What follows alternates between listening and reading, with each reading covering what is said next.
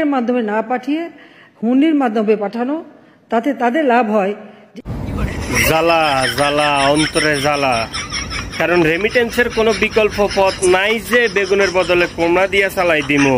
আমাদের বাঙালি প্রবাসীরা যখন আসেন তারা তখন এতে খুব অসন্তুষ্ট হয় এবং তারা আসলে সবাই দেশে আসলে সবাই নবাব জাদা হয়ে ওঠে।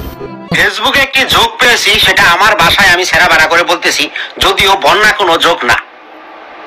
80 বন্যায় প্রেসিডেন্ট এরশাদ হেলিকপ্টারে চড়ে বন্যা পরিস্থিতি দেখতে বের হলো। চারদিকে থই থই পানি। হঠাৎ একটি খোলা জায়গা দেখতে পেয়ে বলল, এখানে নামো, আমি জনগণের সাথে কথা বলবো। হেলিকপ্টার থেকে নিচে মানুষের মাথার চুল কালো দেখা যায়। মানুষ হেলিকপ্টার দেখলে হাতও নাড়ে, কিন্তু এখানে সব সাদা। প্রেসিডেন্ট বললেন, এখানে সব সাদা কেন?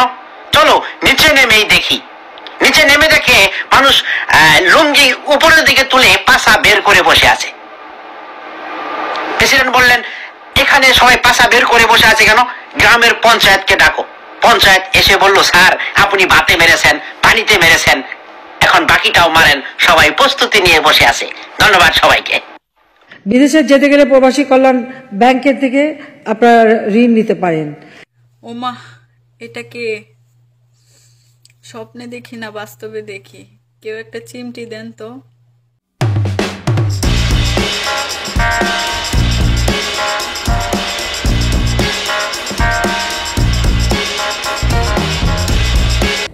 একমাত্র কন্যা, তিনি লাইভে আইসা বলতেছেন যে আমাদের দেশের খুবই অবস্থা, আমরা না খায়া মরতেছি, প্রবাসী বাবারা তোমরা আমাদেরকে সাহায্য করো। আসসালামু আলাইকুম রাহমাতুল্লাহি ওয়া বারাকাতুহু। প্রিয় বন্ধুরা কেমন আছেন এবং কি আমার প্রিয় দেশবাসীর উদ্দেশ্যে আজকে একটি ভিডিও বানাতে যাচ্ছি। অনেক দিন পরে আজকে আবারও ইউটিউবে আসলাম, সেটা হচ্ছে না এসে পারলাম না। আজকে আপনারা দেখেছেন আজকে প্রবাসীদের উদ্দেশ্যে প্রধানমন্ত্রী, আমাদের মাননীয় প্রধানমন্ত্রী কিছু কথা বলেছেন। সেটা হচ্ছে যে বাংলাদেশে এখন অনেকটাই সংকট চলতেছে, যে আমরা যেন হুন্ডির মাধ্যমে টাকাটা না পাঠাই, আমরা যেন ব্যাংকিং খাতে টাকাটা পাঠাই। তো আমার কথা এখানে নয়, আমার কথা হচ্ছে প্রবাসীরা আজকে কেন রেগে গিয়েছে, কেন আজকে প্রবাসীরা ভিডিও বানাচ্ছে। এই কারণে বানাচ্ছে, করোনাকালীন সময়ে যখন প্রত্যেকটা দেশ মাটিতে লুটে পড়েছে, তখন কিন্তু প্রবাসীদের টাকায় কিন্তু মাথা উঁচু করে দাঁড়িয়েছিল এই বাংলাদেশ।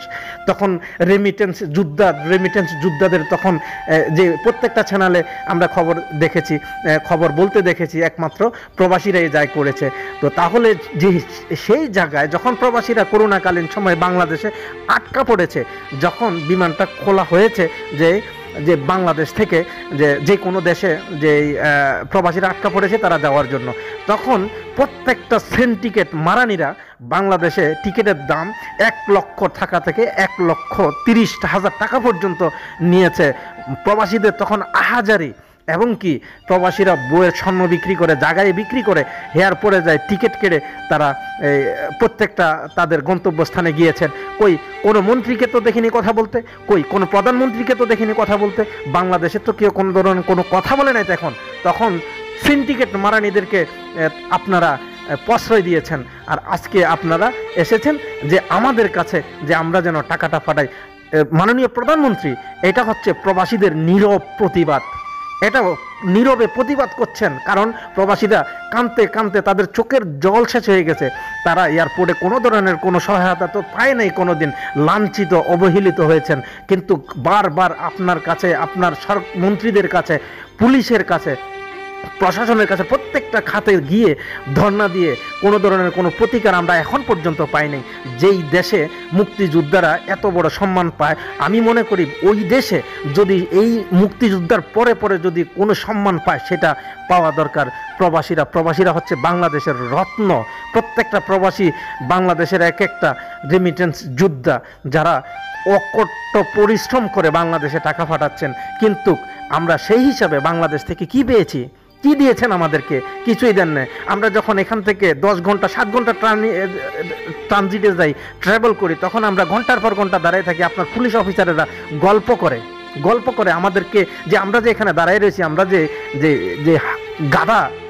গাদা এখানে দাঁড়ায় রয়েছি, আমাদের কোনো ধরনের কোনো যে ঘন্টার পর ঘন্টা দাঁড়িয়ে রয়েছে, বেল্টে গিয়ে ঘন্টার পর ঘন্টা দাঁড়িয়ে পড়ে রয়েছি। কোনো কথা বললে তো আপনার যে কর্মকর্তারা রয়েছেন তারা তো কাঁধ করে ওঠে, তখন আমাদেরকে মারতে আসে। সম্মান তো দেওয়া দূরের কথা। তাহলে এই নিয়ে কোনো কথা বলে নাই। এবং কি আপনার মন্ত্রীরা তো এটাও বলে যে আমরা নবাবজাদা। তো আমরা আসলেই তো নবাবজাদা। আমরা যে আজকে প্রবাসীরা এই যে কথাগুলো আজকে যে বললাম, এই যে আপনি আজকে টাকা ফাটাচ্ছে না, এটা হচ্ছে নীরব প্রতিবাদ করতেছে প্রবাসীরা। আমরা প্রবাসীরা এটাই চাই, মাননীয় প্রধানমন্ত্রী সবার ঊর্ধ্বে আমাদের দেশ বাঁচানোর জন্য যাই কিছু করার আমরা অবশ্যই করব।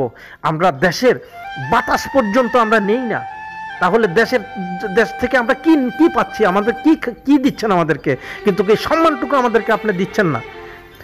অবশেষে এটাই বলবো, প্রবাসীদের যে 10 দফা দাবি এটা অচিরে আপনি বাস্তবায়ন করবেন আমরা আশা করি, এবং কি সবার ঊর্ধ্বে দেশ বাঁচানোর জন্য যাই করণীয় করার সেটা আমরা করব। তবে আপনি আমাদের যে 10 দফা দাবি সেটা আপনাকে বাস্তবায়ন করতে হবে।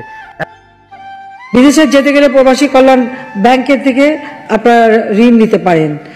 ওমা, এটাকে স্বপ্নে দেখি না বাস্তবে দেখি, কেউ একটা চিমটি দেন তো। যাই হোক, সেটা বড় কথা নয়। এতদিন পরে একটা ভালো কথা আপনি বলছেন, মানে আমার বয়সে, মানে আমার যতটুকু বয়সে আমি দেখলাম যে আপনি আজকে একটা ভালো কথা বলছেন। যাই হোক, ভালো লাগছে যে প্রবাসীদেরকে নিয়ে এত সুন্দর একটা বক্তব্য দেওয়ার জন্য। সো মেনি ধন্যবাদ।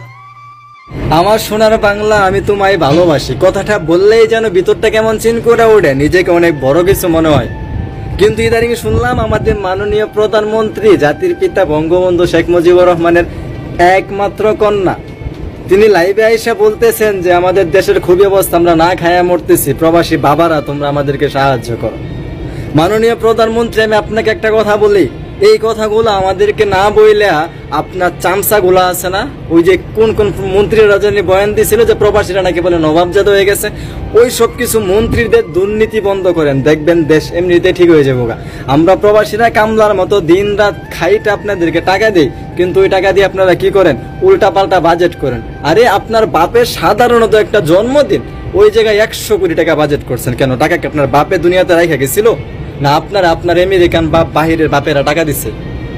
এই টাকাগুলো আমাদের গরিব দুঃখীর টাকা আপনারা উল্টা পাল্টা নষ্ট করেন, আর এখন আমাদের পায়ে ধরেন। যখন আমরা সমস্যায় পড়ি, আমরা হা করে আপনার দিকে টাকা চিৎকার পারি যে মাননীয় প্রধানমন্ত্রী আমাদের দেখেন, আমাদের খুব সমস্যা, তখন চোখ বন্ধ করে থাকেন আপনাদের নেতা ফেতা, তখন আমাদেরকে উল্টা পাল্টা কথা বলে। মাননীয় প্রধানমন্ত্রী, বিশ্বাস করবেন, আর একটা মাস প্রবাসীরা দেশে টাকা না পাঠায় না, আপনাদের যে চামচা নেতা ফেতা আছে না, ওদের বউয়ের ব্লাউজ কেনার টাকাও থাকবো না খায়া মূর্তি। সময় থাকতে শুধরায় দেন, শুধু আপনার নিজেরটা দেখেন, আমাদেরটাও দেখেন, পাপ বাপরেও ছাড়ে না। দেশ সচল করতে প্রবাসীদের বৈধভাবে টাকা পাঠানো লাগবে না। আপনারা যারা অবৈধভাবে সুইস ব্যাংকে টাকা পাঠিয়েছেন সেগুলো নিয়ে আসেন, দেশ সচল হয়ে যাবে ইনশাআল্লাহ। জ্বালা অন্তরে জ্বালা, কারণ রেমিটেন্সের কোনো বিকল্প পথ নাই যে বেগুনের বদলে কোমড়া দিয়া চালাই দিমু।